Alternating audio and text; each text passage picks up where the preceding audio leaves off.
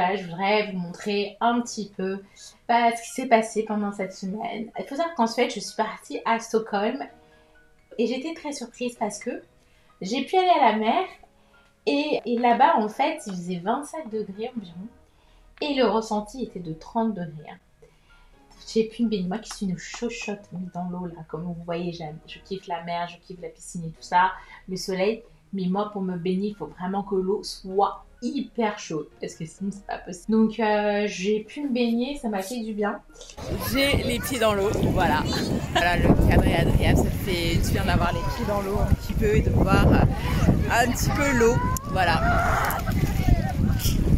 J'ai pu me baigner, ça m'a fait du bien un petit peu de me tremper dans l'eau, tout simplement.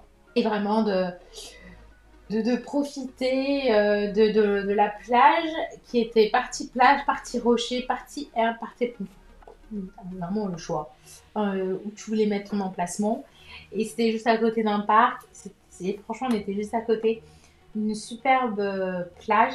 Là en plus l'endroit où on était, oh mon dieu, oh mon dieu, on avait déjà réservé de base dans une chambre particulière dans une auberge de jeunesse. Donc c'est l'avantage à la fois des auberges de jeunesse et des hôtels, c'est qu'on a une chambre particulière, on a une douche, on a tout ça et on a accès à la cuisine, on peut faire à manger, ce qu'on ne peut pas faire dans un hôtel. Donc c'est un peu l'équivalent d'un Airbnb, etc. et tout, sauf qu'il y a des gens qui viennent faire le ménage pendant qu'on est là. Et là, ils nous ont changé les dates pour le mois de juillet, parce qu'on devait partir bien avant pendant... en fait, on devait partir en plein Covid, parce qu'on avait réservé en avance et il n'y avait pas encore cette histoire de quarantaine, etc. et tout. Et ils nous ont changé d'auberge. Et l'auberge où on a été, franchement, on aurait dû demander un remboursement.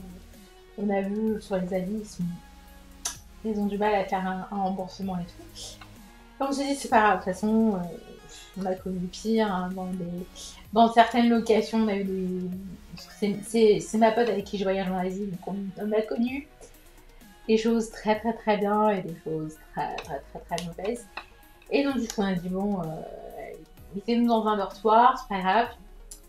Et par contre, personne d'autre dans le dortoir. Donc, c'est dans un dortoir qui est de 4. C'était le pire en plus. Ils n'ont pas fait d'effort là-dessus, donc on était dégoûtés. On avait une fenêtre qui donnait une vue directement sur les poubelles. Donc, je vous dis le truc au top, au top, au top. Et moi, j'étais pas en mode. J'étais pas en mode je vais faire la misère et tout. C'est pas grave, on s'en fout, on n'est jamais là. On a quand même notre chambre particulière et tout. C'est le Covid, enfin, c'est pas comme d'habitude, etc. Le personnel, il est sympa. La directrice gérante, pas du tout joignable, pas du tout sympathique. Mais le personnel, hyper sympa. Les occupants, il y en a aussi qui étaient sympas et tout. Donc, on pouvait faire à manger si on voulait. Il y avait de quoi faire, la vaisselle, il y avait un frigo à disposition. On mettait juste notre truc. Donc, un micro-ondes, il y avait tout. Donc du coup, on va rester et tout. C'est pas bien grave parce qu'on est extrêmement bien placé. On était à côté de pas mal de restaurants sympas, juste à côté à pied d'une station de métro, juste à côté de la plage, on pouvait aller à pied.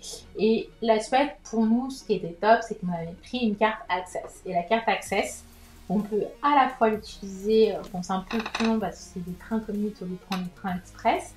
On prend plus de temps pour aller dans la ville, donc on l'avait utilisé pour faire la navette aéroport, la ville de Stockholm, vice versa. On a pris un pass de 7 jours, on a mis en là-dessus, parce que 5 jours c'était trop court.